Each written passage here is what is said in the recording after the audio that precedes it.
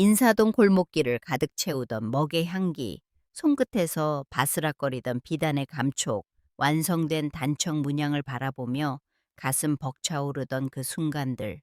그것이 박수진이라는 내 이름 앞에 붙던 유일한 수식어였다. 남편과 함께 운영하던 작은 공방은 내 인생의 전부였고 내 자부심의 근원이었다. 햇살 좋은 날이면 처마 밑에 앉아 남편은 붓을 잡고 나는 바늘을 잡았다.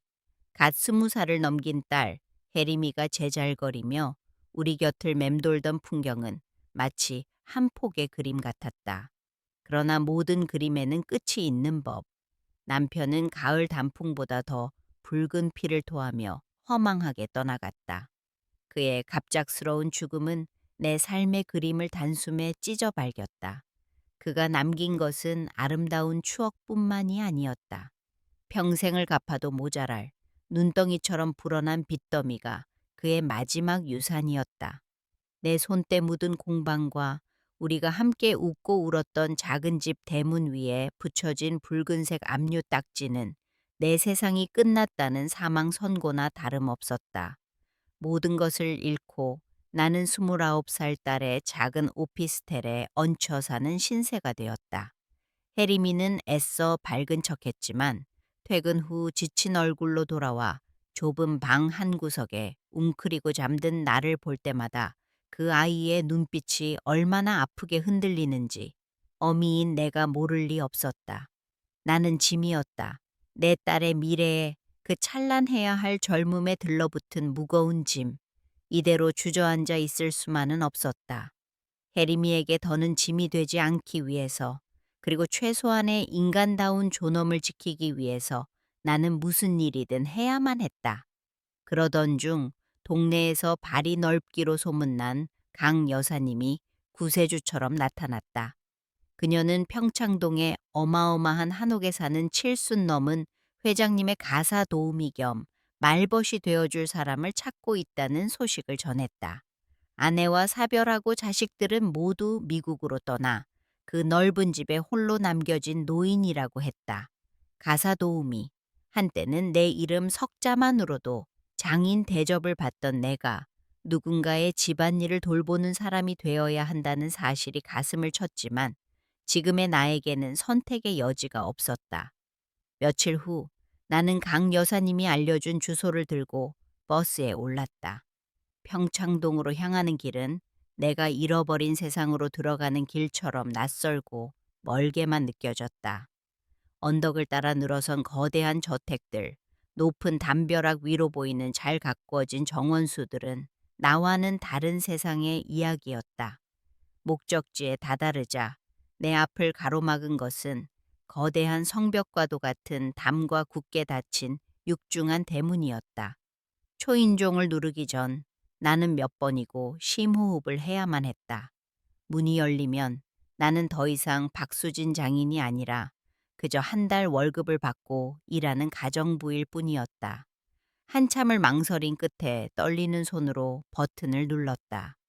기계음과 함께 대문이 소리 없이 열리고 내 눈앞에 펼쳐진 것은 계절을 잊은 듯 푸른 소나무들이 고고하게 서 있는 넓은 마당과 현대적인 감각과 전통미가 어우러진 거대한 한옥이었다. 모든 것이 완벽하게 정돈되어 있었지만 그 어디에서도 사람의 온기는 느껴지지 않았다. 마치 잘 만들어진 거대한 박제 같았다. 현관문 앞에 서서 다시 한번 망설이고 있을 때 안에서 인기척이 들리더니 문이 열렸다. 희끗희끗한 머리를 단정하게 빗어 넘기고 값비싸 보이는 회색빛 한복을 단정하게 차려입은 노인이 서 있었다.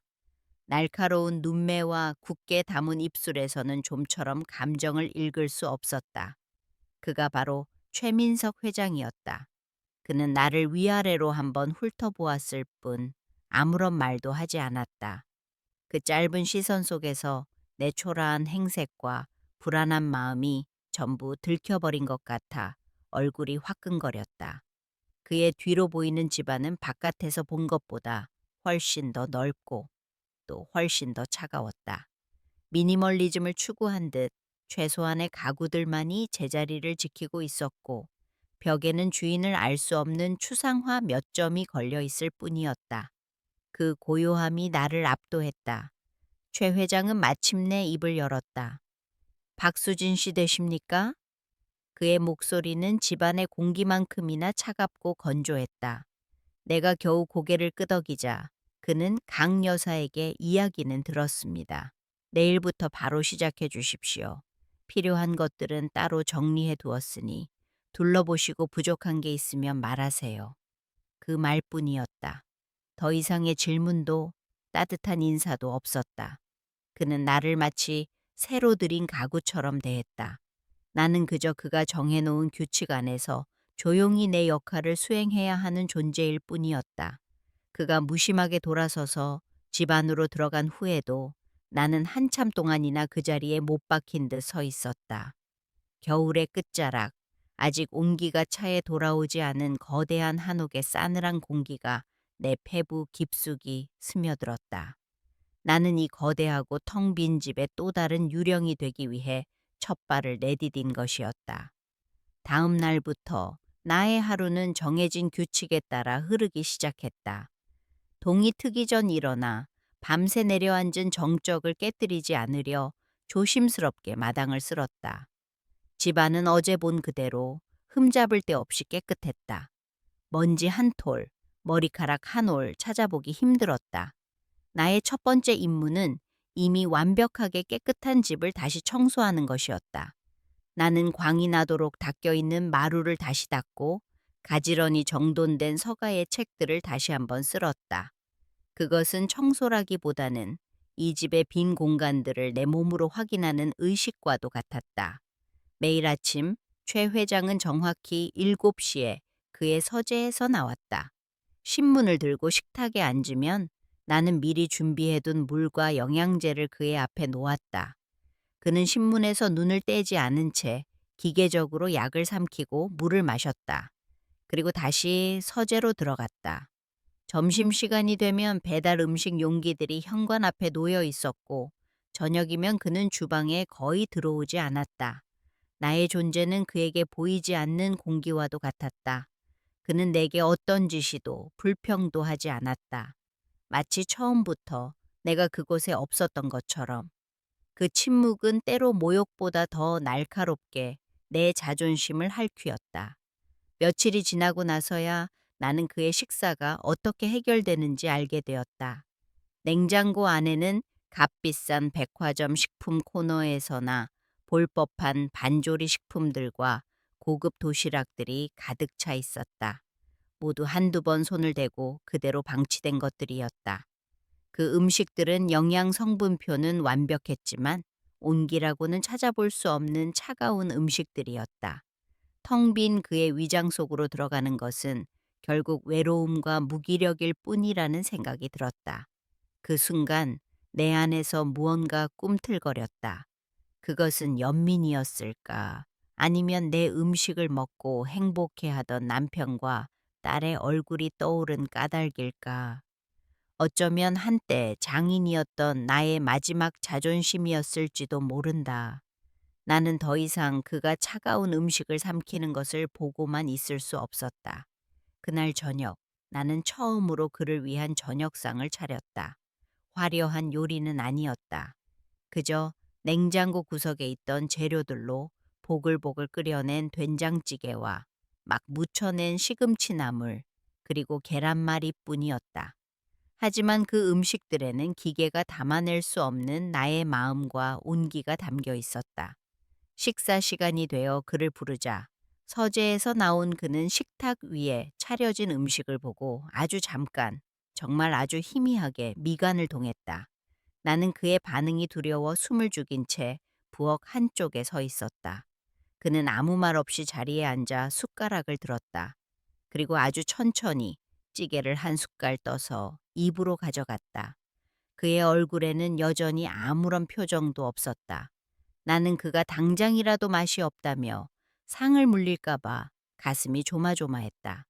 그러나 그는 묵묵히 밥 한 그릇을 전부 비워냈다. 고맙다는 말도 맛있다는 칭찬도 없었지만 깨끗하게 비워진 그릇들은 내게 그 어떤 말보다 더 큰 위로를 주었다. 그날 이후로 나는 매일 저녁 그를 위한 식사를 준비했다. 우리의 대화는 여전히 "회장님, 식사 준비됐습니다. 와, 알겠습니다."가 전부였지만 식탁 위에서는 보이지 않는 대화가 오고 갔다. 나는 음식으로 나의 이야기를 전했고 그는 빈 그릇으로 나의 이야기에 답했다. 그러던 어느 날 오후 2층에 사용하지 않는 복도 끝에 있는 작은 방을 청소하게 되었다. 그 방은 다른 곳들과는 달리 자물쇠는 없었지만 문이 굳게 닫혀 있었다. 마치 오랫동안 누구의 방문도 허락하지 않은 것처럼. 조심스럽게 문을 열자 코에코에한 먼지 냄새와 함께 희미한 빛이 방 안을 비췄다. 방 안에는 커다란 나무 괴짝 여러 개가 하얀 천에 덮인 채 놓여 있었다. 호기심에 이끌려 천을 걷어내자 내 심장이 쿵 하고 내려앉았다. 괴짝 안에는 곱게 접힌 비단들과 아직 마르지 않은 듯 선명한 색을 간직한 천연 염료들, 그리고 섬세한 문양을 그리는 데 사용되었을 다양한 크기의 붓들이 가득 들어 있었다. 이것은 분명 예술가의 작업실이었다. 먼지 쌓인 비단 한 폭을 조심스럽게 들어 올리자 손끝으로 전해져 오는 부드러운 감촉이 잊고 있던 내 안의 무언가를 깨우는 듯했다. 이 차갑고 텅 빈 집 안에 나와 같은 꿈을 꾸었던 또 다른 영혼의 흔적이 남아 있었다. 나는 그 자리에 한참을 서서 먼지 쌓인 보물들 속에서 희미하게 빛나는 지난 시간의 온기를 느끼고 있었다. 그것은 이 집에서 처음으로 느낀 따스함이었다. 그 방은 나만의 비밀스러운 성격이 되었다. 하루의 정해진 일과가 끝나고 최 회장이 서재의 깊은 침묵 속으로 잠겨들면 나는 유령처럼 조용히 그 방으로 향했다. 먼지를 닦아내고 괴짝 안의 물건들을 하나하나 정리하는 것은 일이 아니라 나와 같은 길을 걸었던 한 여인의 삶을 어루만지는 경건한 의식이었다. 나는 그녀가 남긴 붓에 마모된 정도를 보며 그녀의 손길을 상상했고 조금씩 바래진 비단의 색을 보며 그녀가 사랑했던 풍경을 그려보았다. 이 집의 모든 공간이 차갑게 비어 있었지만 오직 이 방만이 그녀의 못다 이룬 꿈과 열정의 온기로 희미하게 남아 채워져 있었다. 그녀는 누구였을까? 어떤 마음으로 이 비단 위에 그림을 그리고 싶었을까? 나는 매일 밤 보이지 않는 그녀와 소리 없는 대화를 나누었다. 그러던 어느 날 최 회장의 서재를 청소하다가 책장 한 구석 눈에 잘 띄지 않는 곳에 놓인 작은 액자를 발견했다. 액자 속에는 지금보다 훨씬 젊은 최 회장과 온화한 미소를 띤 한 여인이 나란히 서 있었다. 사진 속 여인의 눈빛은 따뜻하고 깊었다. 나는 그녀가 이 집의 주인이자 그 먼지 쌓인 방의 예술가였음을 직감했다. 액자 옆에는 빛바랜 손수건 한 장이 곱게 놓여 있었는데 거기에는 자그마한 국화꽃 한 송이가 섬세하게 수놓아져 있었다. 그리고 그 아래에는 작은 숫자로 날짜가 적혀 있었다. 다가오는 주, 바로 최 회장 부인의 기일이었다. 그 순간 내 머릿속에 흩어져 있던 모든 조각들이 맞춰졌다. 그의 깊은 침묵, 차가운 식탁, 생기 잃은 집, 이 모든 것은 아내를 잃은 남자의 꺼지지 않는 그리움이었다. 나는 그날 밤 잠을 이룰 수 없었다. 내 마음속에서 걷잡을 수 없는 충동이 일었다. 그것은 단순한 동정이나 연민이 아니었다. 한 예술가로서 또 다른 예술가의 영혼을 위로하고 싶은 간절한 마음이었다. 다음 날 밤부터 나는 비밀스러운 작업을 시작했다. 모두가 잠든 깊은 밤, 나는 먼지 쌓인 방으로 가 괴짝에서 가장 고운 비단 한 폭을 꺼냈다. 그리고 그녀가 남긴 염료와 붓을 들었다. 몇 년 만에 다시 잡아보는 붓의 감촉에 손이 떨렸지만 이내 익숙한 감각이 온몸으로 퍼져나갔다. 나는 사진 옆에서 보았던 그 국화꽃을 떠올렸다. 단순한 모방이 아니었다. 나는 그녀가 사랑했을 법한 소박하지만 기품 있는 하얀 국화꽃을 그리기 시작했다. 붓끝이 비단에 스치는 소리만이 유일한 소음인 그 정막 속에서 나는 오롯이 나 자신으로 돌아갈 수 있었다. 더 이상 나는 무력한 가정부가 아니었다. 내 손끝에서 피어나는 국화꽃을 보며 나는 잊고 있던 삶의 희열과 생기를 되찾고 있었다. 며칠 밤낮을 꼬박 세워 마침내 작은 비단 손수건 한 장이 완성되었다. 달빛 아래 비춰본 하얀 국화는 마치 살아있는 듯 은은한 향기를 뿜어내는 것 같았다. 기일 아침, 나는 심장이 터질 듯한 긴장감 속에서 그의 서재로 들어갔다. 최 회장은 이른 아침 산책을 나간 뒤였다. 나는 떨리는 손으로 그의 거대하고 텅 빈 책상 한가운데에 조심스럽게 국화 손수건을 내려놓았다. 그것은 거대한 빙하 위에 떨어진 작은 꽃잎 한 장과도 같았다. 일을 마친 나는 곧장 내 방으로 돌아와 문을 닫았다. 그가 손수건을 발견하고 어떤 반응을 보일지, 나를 당장 해고할지도 모른다는 생각에 두려웠다. 그날은 유독 집안의 공기가 무겁게 느껴졌다. 저녁 식사 시간이 되어 식탁을 차릴 때까지 그는 서재에서 나오지 않았다. 마침내 식탁에 마주 앉았을 때도 그는 평소처럼 말이 없었다. 그러나 무언가 달라져 있었다. 그의 침묵은 더 이상 차가운 무관심이 아니라 깊은 생각에 잠긴 무게감 있는 침묵이었다. 식사가 끝나고 나는 언제나처럼 그릇을 치우기 위해 일어섰다. 바로 그때 그가 나지막이 입을 열었다. 박수진 씨, 잠시만 앉아보세요. 그의 목소리는 미세하게 떨리고 있었다. 내가 조심스럽게 다시 자리에 앉자 그는 품속에서 내가 만든 국화 손수건을 꺼내 테이블 위에 올려놓았다. 이것을 당신이 만들었습니까? 나는 차마 고개를 들지 못하고 작게 고개를 끄덕였다. 긴 침묵 끝에 그가 다시 말했다. 제 아내가 국화를 참 좋아했습니다. 우리가 처음 만난 날 내가 아내에게 건넸던 꽃이 국화였지요. 그의 목소리에는 짙은 그리움이 배어 있었다. 아내는 이 집을 자신의 그림으로 가득 채우는 게 꿈이었는데 그 꿈을 다 이루지 못하고 먼저 떠났습니다. 그는 처음으로 내 눈을 똑바로 바라보았다. 그의 눈은 더 이상 차가운 주인의 눈이 아니었다. 그것은 자신의 아픔을 이해해준 사람을 향한 따뜻하고 슬픈 눈빛이었다. 그 순간 우리 사이를 가로막고 있던 두껍고 차가운 얼음벽에 처음으로 금이 가기 시작했다. 그날 밤의 대화는 거대한 한옥을 감싸고 있던 차가운 공기의 흐름을 바꾸어 놓았다.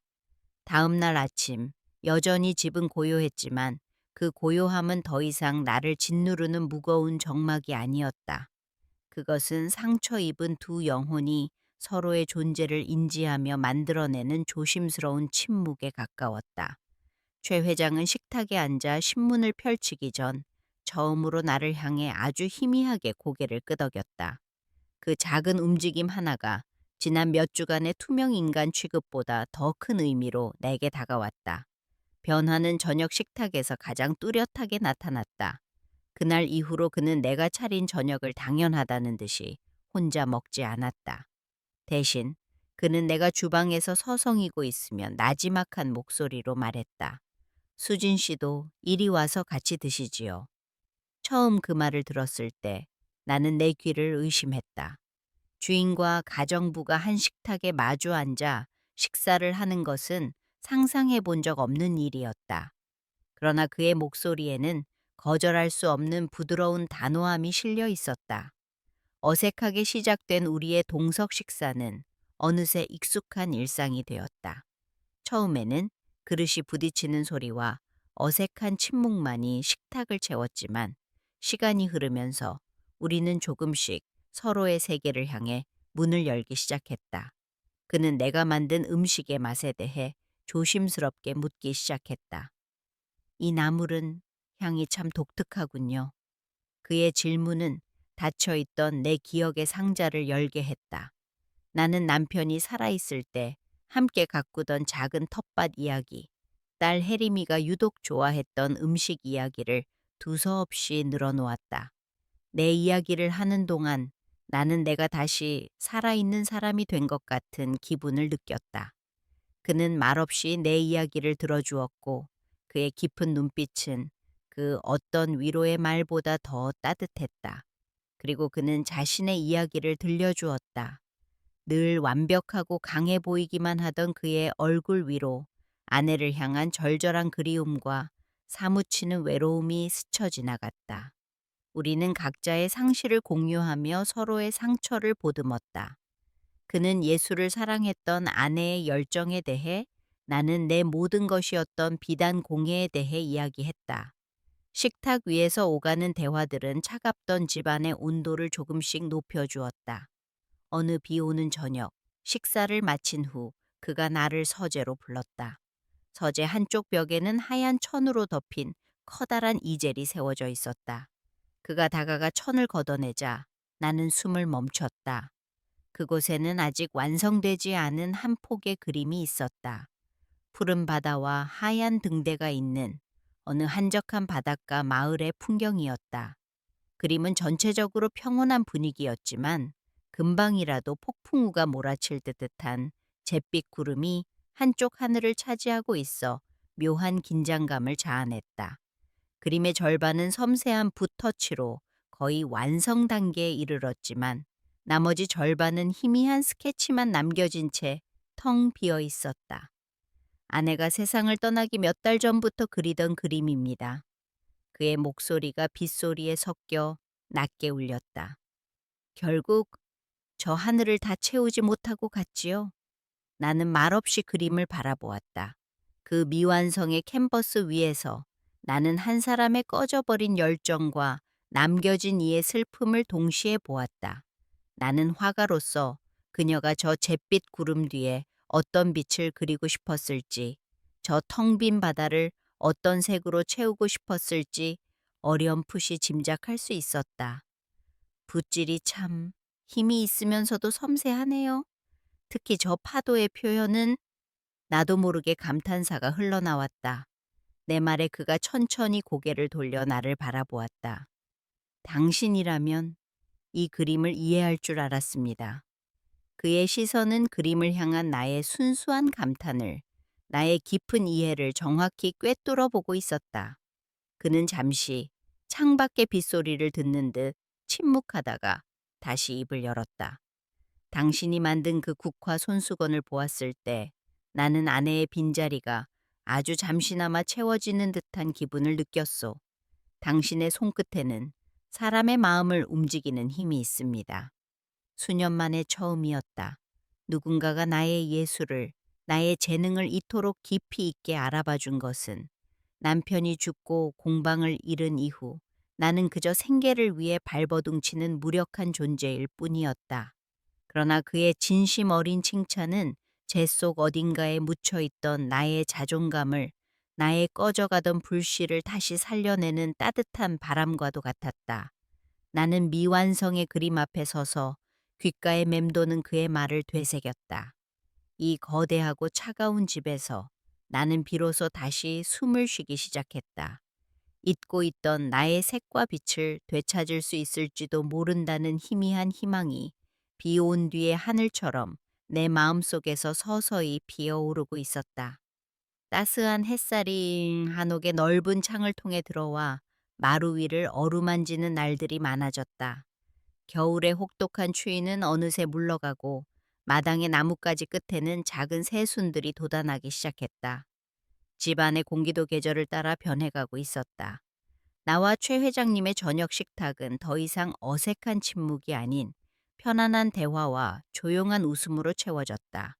나는 때때로 마당에 핀 작은 들꽃을 꺾어 식탁 위 작은 화병에 꽂아두었고 그는 그것을 보며 희미하게 미소 짓곤 했다. 그가 아내의 미완성 그림을 내게 보여준 이후 우리는 예술이라는 공통의 언어로 더 깊이 연결되었다. 그는 내게 낡은 예술 잡지를 가져다 주었고 나는 그에게 잊고 있던 단청의 기법과 비단 염색의 어려움에 대해 이야기했다.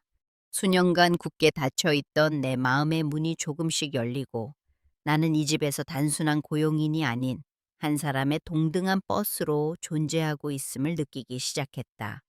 이 평화로운 시간이 영원할 것만 같았다.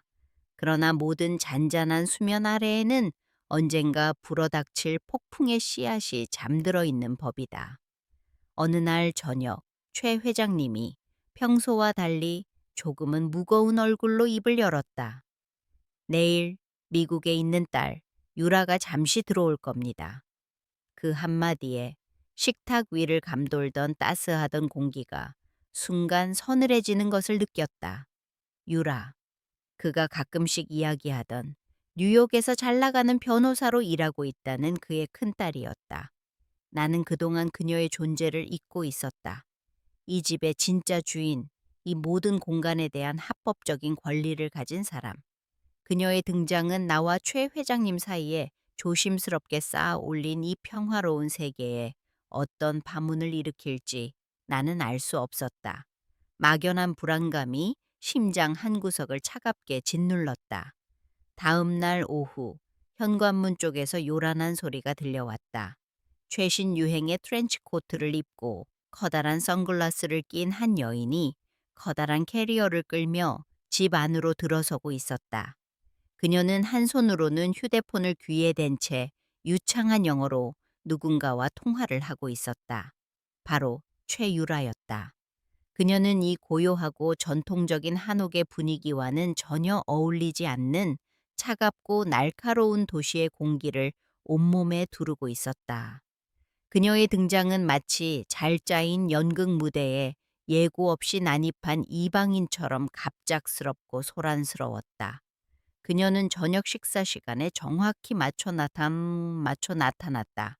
내가 막 따뜻한 찌개를 식탁 위에 올려놓고 최 회장님과 마주 앉으려던 바로 그 순간이었다.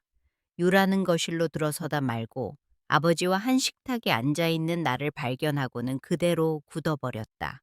그녀의 선글라스 너머로 믿을 수 없다는 듯한 차가운 시선이 느껴졌다. 그녀는 천천히 선글라스를 벗었다. 날카롭게 치켜 올라간 눈매는 아버지를 닮았지만 그 안에 담긴 감정은 전혀 다른 종류의 것이었다. 그녀의 시선은 나를 머리부터 발끝까지 훑어내렸다. 마치 값을 매기는 듯한 그 노골적인 시선에 나는 입고 있던 낡은 스웨터가 부끄러워 몸을 움츠렸다. 따뜻했던 식탁의 공기는 순식간에 얼어붙었다. 아버지 오셨어요? 유라는 나를 완전히 무시한 채 오직 아버지를 향해 과장되게 밝은 목소리로 말했다. 이분은 새로 오신 분인가 보죠? 그녀의 말 속에는 가정부라는 단어가 보이지 않게 박혀 있었다. 최 회장님이 나를 박수진 씨라고 소개했지만 그녀는 들은 채도 하지 않았다. 식탁에 차려진 음식들을 훑어보며 그녀는 비꼬는 듯한 투로 말했다. 어머, 이런 가정식 오랜만이네요. 아버지가 워낙 입맛이 까다로우셔서 아무거나 드시지 않는데. 그 말은 칭찬이 아니라 네가 만든 음식을 우리 아버지가 드실 리 없다는 명백한 공격이었다. 그녀의 공격은 거기서 멈추지 않았다. 집 안을 둘러보던 그녀는 거실 한쪽에 놓인 난초 화분을 보며 말했다. 어머니가 제일 아끼시던 난초인데 자리가 바뀌었네요. 원래 저 자리가 아니었는데. 그녀의 모든 말은 비수처럼 날아와 정확히 내 가슴에 꽂혔다. 나는 이 집의 질서를 어지럽힌 침입자, 주제를 모르는 이물질이 되어 있었다. 나는 더 이상 그 자리에 앉아 있을 수 없었다. 먼저 들어가 보겠습니다. 나는 겨우 그 말을 뱉고 자리에서 일어났다. 내가 방으로 향하는 등 뒤로 유라의 차가운 목소리가 들려왔다. 아버지, 혼자 계시는 어르신들은 사람을 너무 쉽게 믿으시면 안 돼요. 세상이 얼마나 험한데요. 그 말은 명백히 나를 겨냥한 것이었다. 나는 탐욕스러운 속셈을 가지고 약한 노인에게 접근한 파렴치한 사기꾼이 되어 있었다. 내 작은 방으로 돌아와 문을 닫자 그제야 참았던 숨이 터져 나왔다. 애써 쌓아 올렸던 나의 작은 자존감의 성이 그녀의 말 한마디 한마디에 힘없이 무너져 내렸다. 오랫동안 잊고 있던 차가운 절망감이 다시 온몸을 휘감았다. 바다 건너에서 온 폭풍은 나의 이 작고 위태로운 행복을 단숨에 삼켜버릴 기세로 거세게 몰아치고 있었다. 유라가 머무는 동안 한옥은 보이지 않는 전쟁터가 되었다. 그녀는 아침부터 저녁까지 집요하게 내 뒤를 쫓아다녔다.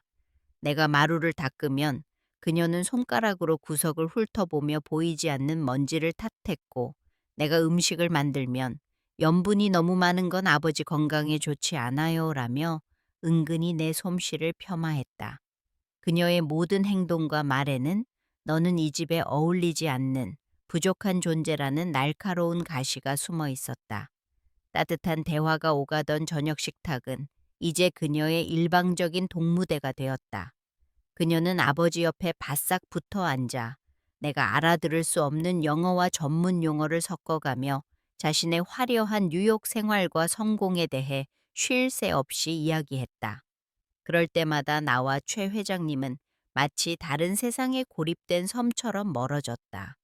가장 견디기 힘든 것은 그녀가 아버지를 구슬리는 속삭임이었다. 그녀는 최 회장님이 잠시라도 혼자 있을 틈을 주지 않았다. 정원에서 서재에서 그녀는 늘 그의 곁을 지키며 낮은 목소리로 무언가를 이야기했다. 나는 그 내용을 들을 수 없었지만 나를 향해 쏘아붙이는 경멸적인 시선만으로도 그녀가 무슨 말을 하는지 짐작하고도 남았다. 저 여자를 믿지 마세요. 저 여자의 속셈은 뻔해요. 그녀의 끈질긴 속삭임에 최 회장님의 얼굴에는 날이 갈수록 피로와 고뇌의 그림자가 짙어졌다. 그는 나와 눈을 마주치는 것조차 피하기 시작했다. 나와 그 사이에 존재했던 조용한 신뢰와 유대감은 유라라는 거대한 파도에 휩쓸려 흔적도 없이 사라져가고 있었다. 어느 날 오후 장을 보고 돌아온 나는 내 방문이 미세하게 열려 있는 것을 발견했다. 불길한 예감에 방으로 들어선 순간 나는 온몸의 피가 차갑게 식는 것을 느꼈다. 모든 것이 제자리에 있는 듯 보였지만 분명 누군가 내 공간을 침범한 흔적이 역력했다. 딸 해리미의 사진이 놓여 있던 각도가 미세하게 틀어져 있었고 서랍장 맨 아래 칸에 넣어둔 낡은 옷가지들이 부자연스럽게 개어져 있었다. 유라가 내 방을 뒤진 것이 분명했다. 나의 가장 사적인 공간, 나의 초라한 삶의 증거들이 그녀의 의심 가득한 눈, 아래 낱낱이 파헤쳐졌다는 생각에 수치심과 분노로 온몸이 떨렸다. 그 사건 며칠 후 최 회장님은 나를 조용히 불렀다. 유라의 눈을 피하기 위해 그는 자신의 서재에서 나를 기다리고 있었다. 그의 손에는 아름다운 비단 한 필이 들려 있었다. 수진 씨가 다시 작업을 시작하는 데 도움이 되었으면 합니다. 이건 내 작은 성의입니다. 그것은 내가 평생 만져본 것 중에 가장 곱고 윤기가 흐르는 최고급 명주 비단이었다. 유라의 감시 속에서 위축되어 있던 나를 향한 그의 변치 않은 믿음과 응원이었다. 나는 눈물이 핑돌 만큼 감사했지만 동시에 두려웠다. 이것이 유라의 눈에 띄는 날에는 어떤 일이 벌어질지 불 보듯 뻔했기 때문이다. 나는 그 비단을 내 짐 가장 깊숙한 곳에 숨겨두었다. 그러나 나의 불길한 예감은 틀리지 않았다. 며칠 뒤 유라는 마치 먹이를 발견한 맹수처럼 내 방으로 쳐들어왔다. 그녀의 손에는 바로 그 비단이 들려 있었다. 그녀는 거실에 있는 최 회장님 앞으로 나를 끌고 가 비단을 바닥에 내던지며 소리쳤다. 이게 대체 뭐죠, 아버지? 제가 모를 줄 아셨어요? 이런 비싼 걸 왜 이 여자의 방에 숨겨두신 거예요? 그녀의 분노는 나를 향했다.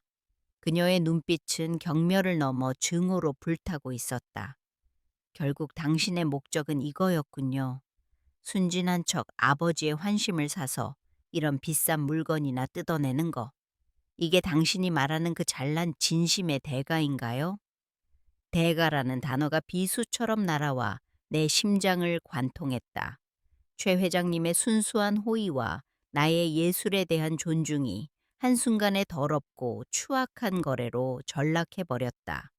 내가 이 집에서 찾았던 작은 희망, 애써 다시 일으켜 세웠던 나의 자존감, 그 모든 것이 산산조각 났다.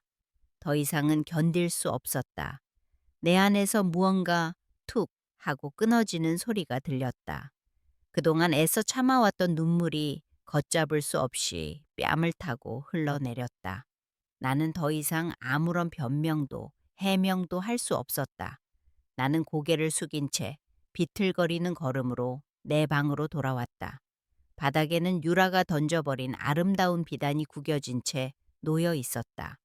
한때는 희망의 상징이었던 그 비단은 이제 나에게 지울 수 없는 모욕의 낙인이 되어버렸다. 나는 결심했다.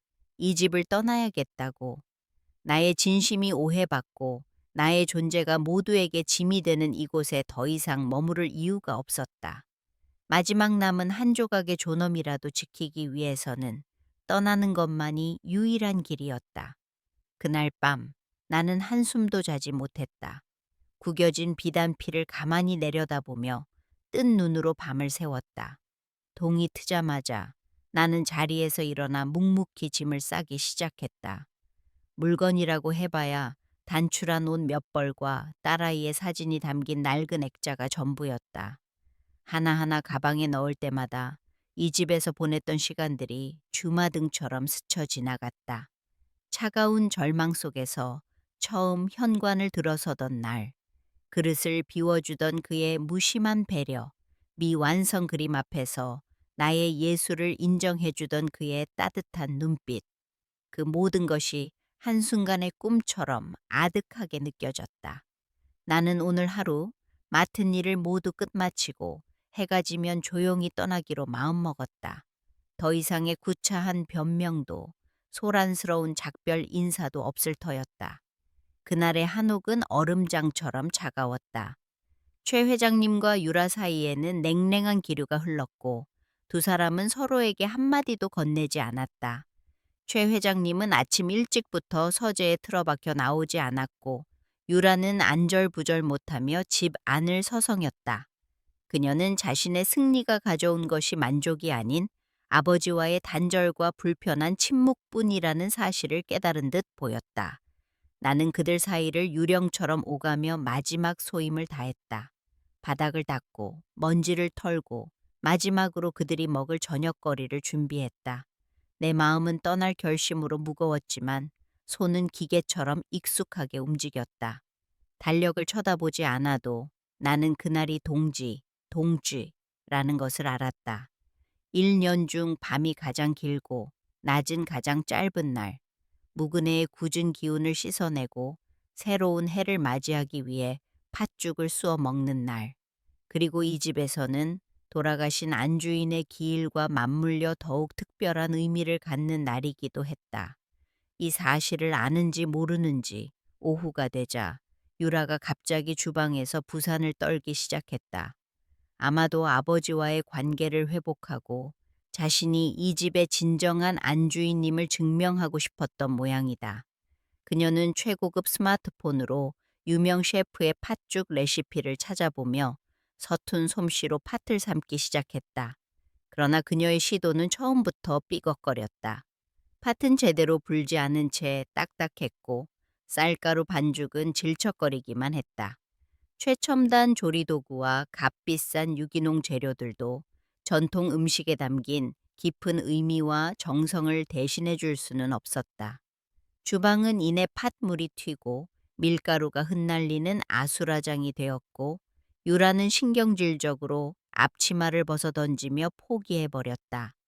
그녀가 거실로 사라진 뒤 나는 조용히 주방으로 들어갔다. 그리고 나만의 의식을 시작했다. 이것은 나의 마지막 선물이자 내가 이 집에 보이지 않는 안주인에게 보내는 마지막 인사였다. 나는 어릴 적 어머니에게 배운 방식 그대로 정성을 다해 팥을 삶고 고운 채에 걸렀다. 찹쌀가루를 익반죽하여 동글동글 예쁜 새알심을 빚었다. 내 손길 하나하나에는 돌아가신 그분에 대한 존경과 그녀의 빈자리를 잠시나마 채우고 싶었던 나의 진심이 담겨 있었다. 팥죽이 뭉근하게 끓어오르는 동안 나는 먼지 쌓인 방에서 조심스럽게 꺼내온 작은 보자기들을 다림질했다. 안주인이 직접 술을 놓았을 법한 소박하지만 기품 있는 자수가 놓인 천들이었다. 나는 그중 가장 고운 것을 골라 작은 교자상 위에 펼쳤다. 그리고 방금 완성된 윤기가 자르르 흐르는 팥죽 한 그릇을 정갈하게 올려놓았다. 화려하지는 않았지만 그 어떤 진수성찬보다 깊은 마음이 담긴 작은 제사상이었다. 나는 그 상을 들고 안주인의 미완성 그림이 걸려있는 서재로 향했다. 유라와 최 회장님은 여전히 각자의 공간에서 침묵을 지키고 있었다. 나는 그림 앞 작은 탁자 위에 조용히 상을 내려놓았다. 팥죽에 따뜻한 김이 피어오르며 미완의 캔버스 위로 아련하게 퍼져나갔다. 나는 아무 말 없이 돌아서서 내 방으로 향했다. 문께에는 내가 싸둔 가방이 놓여 있었다. 나는 서재에 차려진 제사상을 마지막으로 떠올렸다. 그것은 비난에 대한 나의 대답이었고 모욕에 대한 나의 마지막 품이었다. 말없이 행하는 나의 이 행동이 과연 저들의 얼어붙은 마음에 어떤 파문을 일으킬 수 있을까? 아니, 아무것도 바뀌지 않아도 상관없었다. 나는 나의 도리를 다했을 뿐이다. 이제 정말 떠날 시간이었다. 내 방문 손잡이를 막 잡으려던 순간이었다. 굳게 닫혀있던 서재의 문이 열리며 최 회장님의 낮고 무거운 목소리가 흘러나왔다. 나는 나도 모르게 그 자리에 얼어붙었다. 그는 평소에 차분한 톤을 유지하고 있었지만 그 안에는 강철과도 같은 단단함이 서려 있었다. 유라야, 이리 와서 앉아라. 그의 말에 거실을 서성이던 유라가 마지못해 서재로 들어가는 것이 느껴졌다. 나는 숨을 죽인 채 벽에 몸을 기댔다. 이 팥죽을 보아라. 최 회장님이 말했다.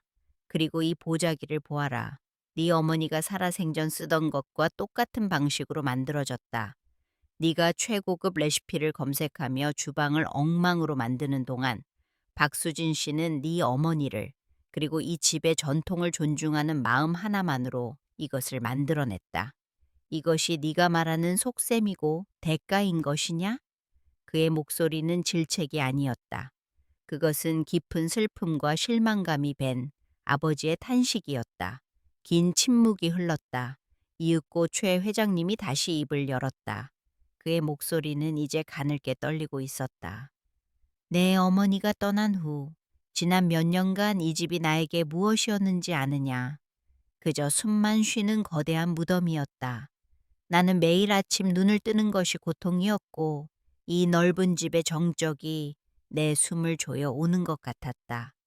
네가 보내주는 영양제와 값비싼 음식들은 내 배를 채워줬을지언정 텅 빈 내 마음을 채워주지는 못했다. 그의 고백은 칼날이 되어 내 가슴을 파고들었다. 그런데 박수진 씨가 왔다. 그분은 그저 밥을 하고 청소를 한 것이 아니다. 그분은 이 죽은 집에 온기를 불어넣었다.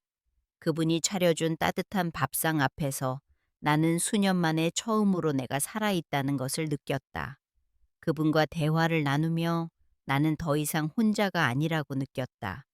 박수진 씨는 이 집을 다시 가정으로 만들어 주었어. 그런데 너는 네 어머니의 추억을 지킨다는 명목으로 이 집에 겨우 찾아온 마지막 온기마저 내쫓으려 하고 있구나. 그의 마지막 말은 거의 울음에 가까웠다. 서재 안에서 유라의 흐느낌이 희미하게 들려왔다. 아버지가 쏟아내는 그 절절한 외로움과 진심 앞에서 그녀가 세웠던 모든 방어벽과 의심이 무너져 내리는 소리였다. 그날 밤 나는 짐을 챙겨든 채 밤이 깊어지기만을 기다렸다. 모두가 잠들면 이 집의 그림자 속으로 조용히 사라질 생각이었다. 자정이 가까워졌을 무렵 내 방문 앞에서 조심스러운 노크 소리가 들렸다. 문을 열자 그곳에는 유라가 서 있었다.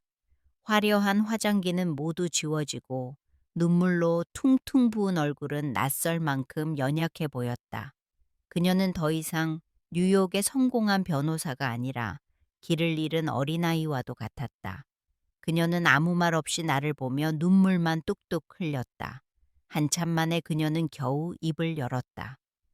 죄송합니다. 제가 다 잘못했어요.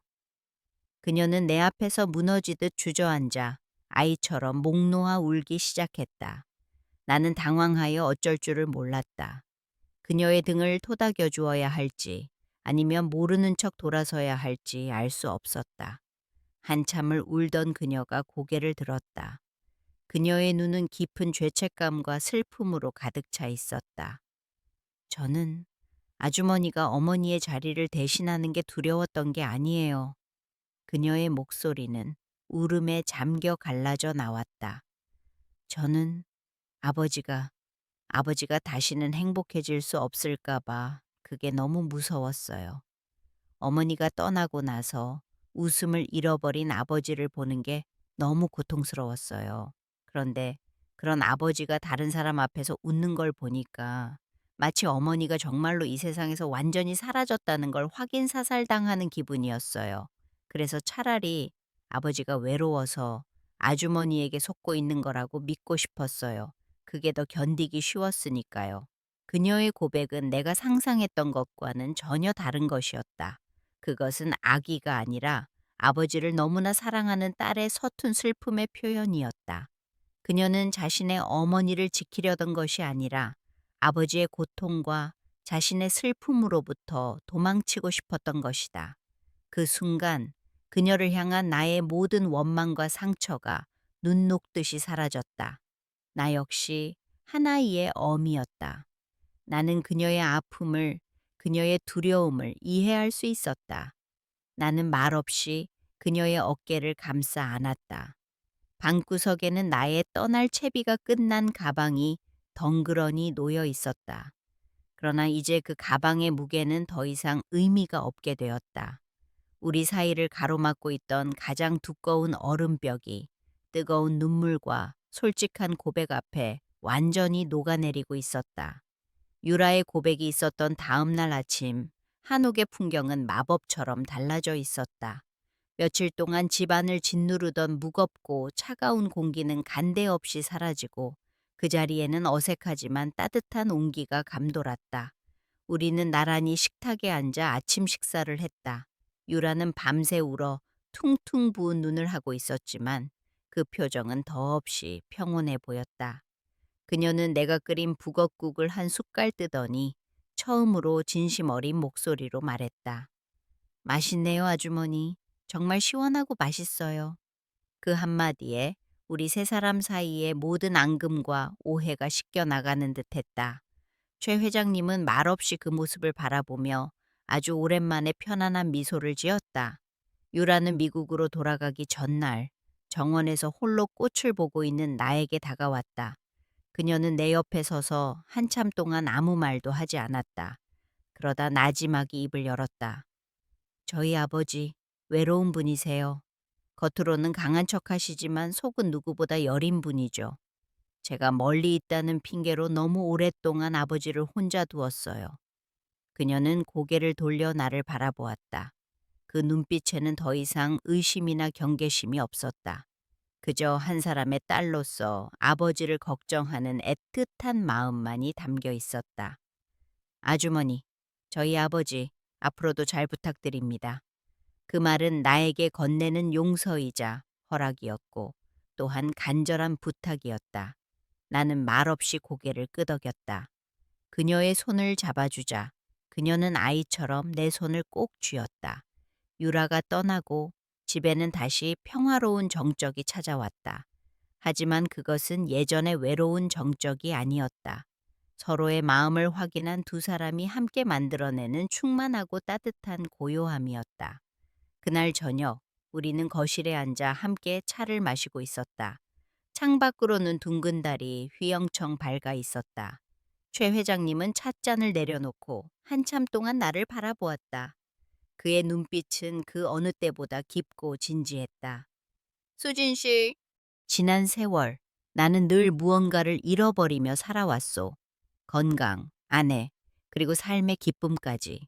그런데 당신을 만나고 나는 처음으로 무언가를 얻고 싶다는 생각을 하게 되었소. 그의 고백에 내 심장이 내려앉았다. 그는 내 손을 조심스럽게 감싸 쥐었다. 그의 손은 따뜻하고 단단했다. 수진 씨, 나의 남은 인생을 나와 함께 살아주지 않겠소? 부족한 사람이지만 당신의 남편이 되고 싶습니다. 나의 아내가 되어 주시오. 그의 청혼은 진심이었고 더없이 감동적이었다. 눈물이 핑 돌았다. 그러나 나는 섣불리 대답할 수가 없었다. 최 회장님의 아내, 그 이름이 가진 무게는 내가 감당하기에는 너무나 컸다. 세상 사람들은 나를 뭐라고 부를까? 가난한 가정부가 돈 많은 늙은 회장을 홀려 팔자를 고쳤다고 손가락질할 것이 뻔했다. 나 하나만 욕을 먹는다면 괜찮았지만 내 딸 혜림이에게까지 그 상처가 돌아가는 것은 견딜 수 없었다. 나는 그의 손을 마주잡고 조심스럽게 내 마음을 털어놓았다. 회장님, 저 같은 사람에게 사모님이라는 이름은 너무 무겁고 어울리지 않는 옷입니다. 저는 그 이름이 주는 화려함보다 회장님 곁에서 조용히 힘이 되어 드릴 수 있는 지금 이대로가 좋습니다. 나는 그의 눈을 똑바로 바라보며 말했다. 결혼이라는 형식에 얽매이기보다는 그저 서로를 가장 아껴주는 인생의 동반자로서 함께 살아가면 안 될까요? 서로의 가장 좋은 친구이자 든든한 버팀목으로요. 내 말에 그는 한참 동안 아무 말도 하지 않았다. 나는 그가 실망했을까봐 가슴이 조마조마했다. 그러나 이윽고 그의 얼굴에 부드러운 미소가 번졌다. 당신은 언제나 나보다 현명하군요. 하긴 우리가 이제 와서 남들에게 보이기 위해 결혼할 나이는 아니지. 인생의 동반자라 그 말이 내 마음에 꼭 듭니다. 우리는 서로를 보며 웃었다. 결혼이라는 제도보다 더 깊은 영혼의 약속이 우리 사이에 맺어지는 순간이었다. 며칠 후 나는 딸 혜림이의 오피스텔에 남아있던 나의 마지막 짐들을 정리했다. 혜림이는 내 이야기를 듣고 마치 자신의 일처럼 기뻐하며 눈물을 글썽겼다. 엄마, 정말 잘 됐다. 엄마가 행복하면 나는 더 바랄 게 없어. 나는 이 집의 작은 가정부 방에서 나와 햇살이 잘 드는 2층의 안방으로 거처를 옮겼다. 그것은 단순한 방의 이동이 아니었다. 내가 이 집의 손님이 아닌 진정한 주인의 한 사람으로 그의 동반자로 새로운 삶을 시작한다는 상징적인 의식이었다. 그날 밤 나는 새로운 내 방 창가에 서서 달빛이 쏟아지는 정원을 내려다보았다. 나는 이제 더 이상 세상의 눈치를 보거나 나의 초라한 현실에 절망하지 않을 것이다. 나는 이 집에서 내 인생의 동반자와 함께 우리의 남은 날들을 가장 아름다운 그림으로 그려나갈 것이다. 그로부터 다시 1년이라는 시간이 흘렀다. 혹독한 추위를 이겨낸 한옥의 정원에는 어김없이 봄이 찾아왔다. 작년에는 그저 희미한 새순에 불과했던 나뭇가지들은 이제 눈부신 벚꽃을 활짝 피워내 바람이 불 때마다 마당 가득 꽃비를 흩뿌렸다. 한때는 죽은 듯 고요하기만 했던 이 집은 이제 아이들의 웃음소리와 사람들의 정겨운 대화로 생기가 넘쳤다. 나와 최 회장님, 아니, 이제는 서로의 이름을 다정하게 부르는 나의 민석 씨는 집의 별차에 하나를 개조하여 작은 갤러리를 만들었다. 갤러리 입구에는 수진의 공방이라는 소박한 나무 현판이 걸려 있었다. 그곳은 더 이상 먼지 쌓인 비밀의 방이 아니었다. 환한 햇살이 들어오는 그 공간에는 내가 지난 1년간 다시 피워낸 나의 작품들, 화려한 단청 문양과 고운 빛깔의 비단 그림들이 자랑스럽게 걸려 있었다. 그리고 그 갤러리의 가장 중심에는 여전히 미완성인 채로 남겨진 민석 씨 아내의 마지막 그림이 놓여 있었다. 그것은 더 이상 슬픔의 상징이 아니었다. 우리의 현재와 과거를 이어주고 두 예술가의 영혼이 함께 숨쉬게 하는 소중한 역사의 한 조각이었다. 오늘은 공방의 문을 연 것을 기념하는 작은 축제가 열리는 날이다. 마당에는 내 딸 혜림이와 이제는 제법 듬직한 사윗감이 된 혜림이의 남자친구가 환하게 웃고 있었다. 유라도 이번에는 폭풍이 아닌 따뜻한 봄바람이 되어 바다를 건너왔다. 그녀의 곁에는 귀여운 두 손주가 제잘거리며 뛰어놀고 있었다. 민석 씨는 평생 지어본 적 없을 것 같은 한박 웃음을 지으며 손주들을 무릎에 앉히고 비행기를 태워주었다. 그 모습을 바라보는 내 가슴 속으로 따뜻한 행복이 차올랐다. 유라는 내 옆으로 다가와 갤러리 안에 걸린 내 그림을 진심 어린 눈으로 바라보며 말했다. 아주머니의 그림을 보고 있으면 마음이 편안해져요. 돌아가신 저희 어머니도 분명 하늘에서 아주머니를 응원하고 계실 거예요. 우리는 더 이상 어색하지 않았다. 서로의 상처를 보듬고 이해하게 된 우리는 이제 새로운 형태의 가족이 되어 있었다. 해가 뉘엿뉘엿 지고 저녁 노을이 벚꽃을 분홍빛으로 물들일 무렵 민석 씨가 내게 다가와 조용히 손을 내밀었다. 우리는 함께 만개한 벚나무 아래에 섰다. 꽃이 핀 눈처럼 우리 위로 흩날렸다. 우리는 아무 말도 하지 않았지만 맞잡은 손의 온기만으로도 서로의 마음을 모두 읽을 수 있었다.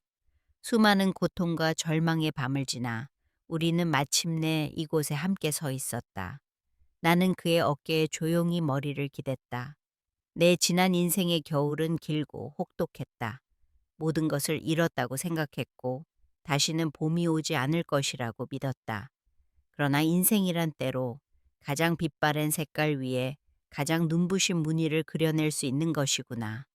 사람들이 말하는 두 번째 봄이란 어쩌면 메마른 가지의 끝까지 매달려 다시 한번 꽃을 피워낼 용기, 바로 그 자체인지도 모른다.